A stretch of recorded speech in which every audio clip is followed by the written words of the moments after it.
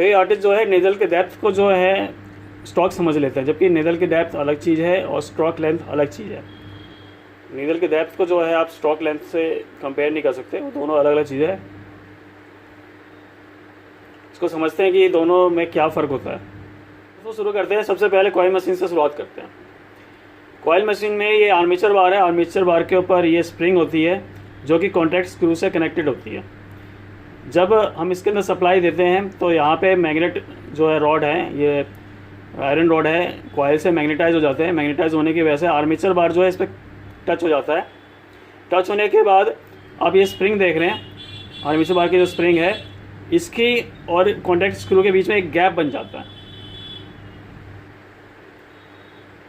इस गैप के बनने से क्या होता है, जब ये डिस्कनेक्ट हो जाता है, सप्लाई से डिस्कनेक्ट हो जाता है, सप्लाई से डिस्कनेक्ट होने के बाद ये वापस कॉन्टैक्ट स्क्रू से कनेक्ट होता है, फिर ये कनेक्ट हो जाता है, फिर दोबारा मैग्नेटाइज हो जाता है। ये चीज़ रिपीट होती रहती है। अब ये बार बार जो रिपीट होता है इसकी वजह से जो यहाँ पे गैप क्रिएट होता है, अब ये जो गैप देख रहे हैं यही गैप को हम स्ट्रोक लेंथ कहते हैं। इसके गैप के कम ज़्यादा होने की वजह से आर्मेचर बार पे जो ये नीडल का कनेक्ट करने के लिए जो ये रॉड लगी है, शाफ्ट लगी हुई है, ये अप डाउन होती है। और इसके अप डाउन होने से इसके बीच में जो गैप क्रिएट होता है, अप एंड डाउन क्रिएट होता है, इसी को हम स्ट्रोक लेंथ कहते हैं। अब ये देख रहे हैं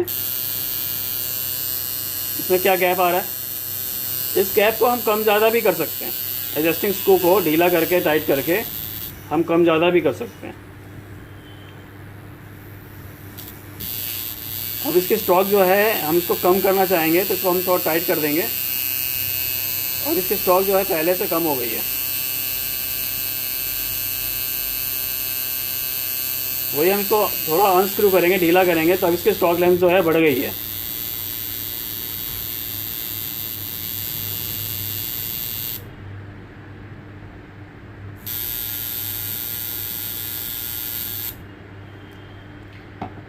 इसी तरीके से हमारे पास अगर रोटरी मशीन है तो रोटरी मशीन में भी सेम यही होता है। ये जो नीडल बार है जहाँ पे नीडल की शाफ्ट कनेक्ट होती है, ये अप डाउन हो रही है और इसके बीच में एक गैप क्रिएट हो रहा है। आप यहाँ पे अगर मैं हाथ रख के दिखाऊं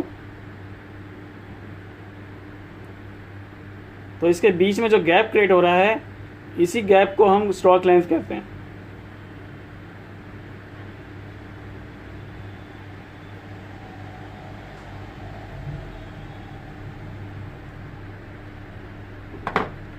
अगर हम पेन मशीन में आ जाएं, वायरलेस हो या कोई भी मशीन हो, अब इसमें आप मैं थोड़ा नीडल आपको बाहर निकाल के दिखाता हूँ।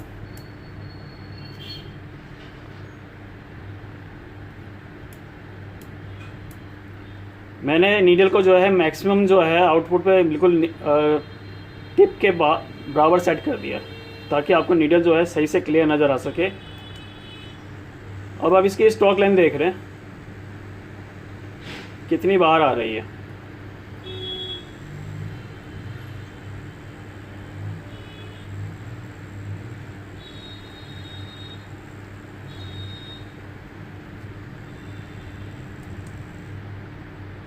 अभी नीडल के अंदर है, टिप के अंदर है, अब ये टिप से बाहर आ रही है। ये इसकी स्ट्रोक लेंथ है। इस मशीन की स्ट्रोक लेंथ जो है 3.5 mm है और इसी तरह से इसकी भी स्ट्रोक लेंथ जो है वो 3.5 mm है।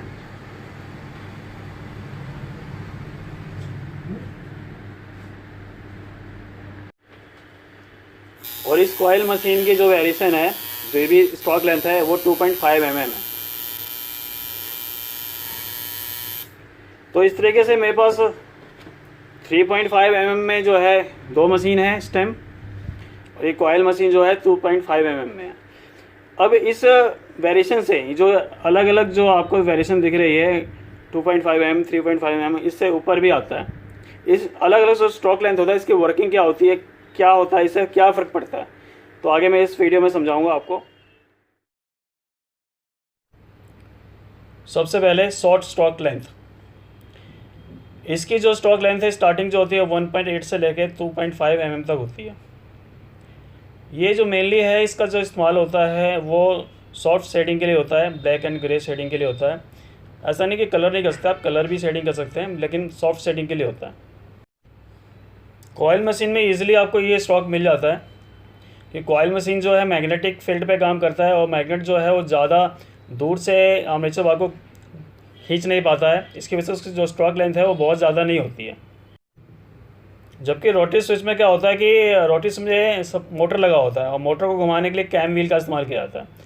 इसमें जो शॉर्ट स्ट्रोक लेंथ है, इसमें क्या है कि कैम व्हील का साइज़ जो है स्मॉल होता है। स्मॉल होने की वजह से जो मशीन जो है स्पीड के साथ जो घूमती है, और कैम व्हील जो घूमता है, कैम का व्हील जो है कम एरिया में ही जल्दी राउंड ले लेता है, और जल्दी मोशन लेने की वजह से जो है ये शॉर्ट जो है फास्ट चलती है।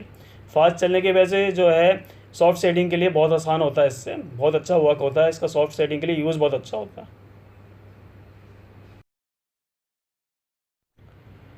अब आते हैं नेक्स्ट स्ट्रोक लेंथ पे।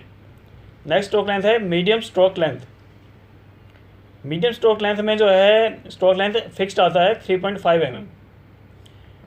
ये जो स्ट्रोक लेंथ है स्पेशली जो है सभी आर्टिस्ट के लिए होता है, इसको हर आर्टिस्ट पसंद करते हैं, सबका फेवरेट है, क्योंकि ये जो मशीन है ये ऑल इन वन मशीन है।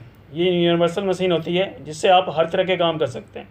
इससे लाइनिंग भी कर सकते हैं, शेडिंग भी कर सकते हैं, इवन फीलिंग भी कर सकते हैं। सभी तरह के जो इतने भी आप टैटू के काम हैं सारे कर सकते हैं। लेकिन इस मशीन में एक बात है कि ये ना तो प्रॉपर जो बेस्ट जो है लाइनिंग के लिए बनी हुई है, ना ही प्रॉपर बेस्ट शेडिंग के लिए बनी हुई है, लेकिन फिर भी इससे सारे काम किए जा सकते हैं। इसलिए इस मशीन को यूनिवर्सल मशीन कहा जाता है, और ये बेस्ट मशीन माना जाता है। मैक्सिमम जो है 90% जो आर्टिस्ट है वो इसी स्टॉक का इस्तेमाल करते हैं, और 3.5 mm जो स्टॉक लेंथ है वो सबसे बढ़िया मानी जाती है हर आर्टिस्ट के लिए, स्पेशली बिगिनर आर्टिस्ट के लिए तो बहुत अच्छी मानी जाती है। अब नेक्स्ट और लास्ट स्ट्रोक लेंथ है long stroke length. Long stroke length में क्या होता है, ये 4 mm से लेके 4.5 mm तक आती है, और ये मशीन जो है स्पेशली लाइन वर्क के लिए यूज़ होता है। लाइन वर्क के लिए इसलिए यूज़ होता है कि इसमें जो है कैम व्हील का साइज़ जो है वो बड़ा होता है, और बड़ा होने की वजह से जो होता है इसका जो हीटिंग होता है वो बहुत हार्ड होती है, और हार्ड हीटिंग मशीन हमेशा जो है वो लाइनिंग के लिए यूज़ होती है। इसलिए जो है 4 mm प्लस इसकी जो इससे ऊपर जो भी आती है, इसके ऊपर वाली जो भी कैम आती है, इसमें जो भी स्टॉक लेंथ आती है 4 mm से ऊपर, वो लाइनिंग के लिए बेस्ट मानी जाती है। मार्केट में 90% जो मशीन है वो फिक्स स्टॉक लेंथ के साथ आती है, उसको आप वेरी नहीं कर सकते। जो उसका स्टॉक लेंथ उसमें बन के आया है वही रहता है, उसमें आप कम ज़्यादा नहीं कर सकते। हाँ, कॉइल मशीन में आप थोड़ा बहुत एडजस्टमेंट कर सकते हैं, लेकिन रोटरी स्विच में, रोटरी मशीन्स में और पैन मशीन्स में जो है फिक्स स्टॉक लेंथ आती है, उसको आप चेंज नहीं कर सकते। हाँ, नीडल डेप्थ को चेंज कर सकते हैं, लेकिन स्टॉक लेंथ जो है वो फिक्स्ड आती है।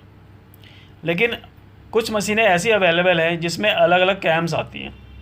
कैम्स भी जो आती है 2 साइज़ में आती है, आपको 2 साइज़ मिलेगी, जैसे कि मान लिया शॉर्ट स्टॉक लेंथ मिल जाएगा, मीडियम स्टॉक लेंथ मिल जाएगा, या मीडियम और लॉन्ग मिल जाएगा। तो इस तरह के 2 वेरिएशंस आपको मिल जाते हैं। उसको आप अपने उसमें मोटर का जो सॉफ्ट होता है उसको चेंज करके, जो है कैम व्हील को चेंज करके स्टॉक लेंथ आप अपने हिसाब से 2 वेरिएशन उसमें चेंज कर सकते हैं। एक मशीन और आती है, उसमें भी कई सारे मॉडल मिल जाएंगे आपको। उसमें क्या है, पीछे सॉफ्ट होता है, और उसको घुमा के आप उसको सेट कर सकते हैं, स्ट्रोक लेंथ को अपने हिसाब से जितनी आपको चाहिए वो सेट कर सकते हैं। या उसमें एक मशीन और आती है, रोटरी टाइप की आती है, उसमें व्हील लगा होता है, उस व्हील को आप एडजस्ट कर सकते हैं, एलन की से उसको फिक्स किया जाता है, और उसको फिक्स करके आप उसमें भी आप जो है स्ट्रोक लेंथ को वेरी कर सकते हैं। तो इस तरह से भी मशीनें आती हैं, ऐसा नहीं कि सिर्फ फिक्स्ड स्ट्रोक लेंथ वाली भी आती है, स्ट्रोक लेंथ को वेरिएशन करने वाली भी मशीनें आती हैं। अब मैं आपको एक चीज़ और बताने जा रहा हूँ। मैं ऑलरेडी एक वीडियो में बता चुका हूँ, पिछले लास्ट मंथ एक वीडियो आई थी। आपके पास कोई भी मशीन हो, किसी भी स्ट्रोक लेंथ की हो, इससे कोई फ़र्क नहीं पड़ता, ठीक है।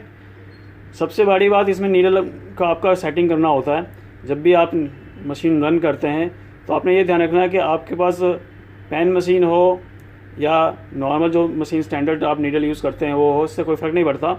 चाहे मशीन का स्ट्रोक लेंथ हो कोई भी हो, इससे भी फ़र्क नहीं पड़ता। आपने नीडल की सेटिंग इस तरीके से करनी है, जो भी आपकी मशीन की स्ट्रोक लेंथ है उससे नीडल जो है आपका, मान लिया जैसे 3.5 mm का आपका ये मशीन है, तो नीडल जो है इस तरीके से होनी चाहिए सेट कि कम से कम वो टिप के अंदर डूबी हुई हो। यहाँ पे क्या होता है, इंक होता है, इंक टैंक होता है।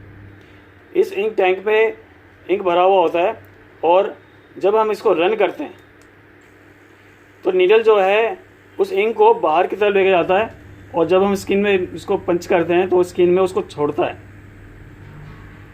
लेकिन बहुत सारे आर्टिस्ट क्या करते हैं, नीडल को ज़्यादा बाहर निकलने के चक्कर में, जैसे अभी नीडल कम निकल रही है बाहर, ज़्यादा बाहर निकलने के चक्कर में क्या करते हैं, नीडल को थोड़ा सा एक्स्ट्रा बाहर कर देते हैं।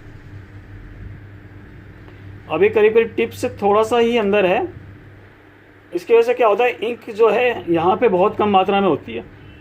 अब अगर हम इसको रन करेंगे तो नीडल तो बहुत ज़्यादा बाहर आएगी, लेकिन वो सही से इंक ना करने की वजह से, सही से इंक कैरी ना करने की वजह से स्किन में सही से इंक पहुँचती नहीं है। जब स्किन में सही से इंक पहुँचेगी नहीं तो वही बाद में फेड और लाइट हो जाता है। उस टाइम जब हम कलर करते हैं या फिलिंग करते हैं तो उस टाइम तो लगता है कि काम अच्छा हो रहा है, लेकिन एक्चुअल में जब वो हील हो जाता है 10-15 दिन के बाद पता चलता है कि उसके अंदर कलर है ही नहीं। तो बिगनर्स अक्सर यही गलती करते हैं और इस गलती को सुधारने की बहुत ज़्यादा ज़रूरत है। मेरे पास हमेशा कॉल आती रहती है कि सर क्या कर रहे हैं जो कलर लाइट हो जाता है। कलर लाइट होने का ये भी एक बहुत बड़ा कारण होता है। तो कोशिश कीजिए कि इस गलती को आप लोग सुधारें। नीडल तो दिख ही रहा है ना, आप इधर से देखिए बहुत ज़्यादा बाहर निकला हुआ है। कई टैटू आर्टिस्ट इससे भी ज़्यादा बाहर निकाल देते हैं।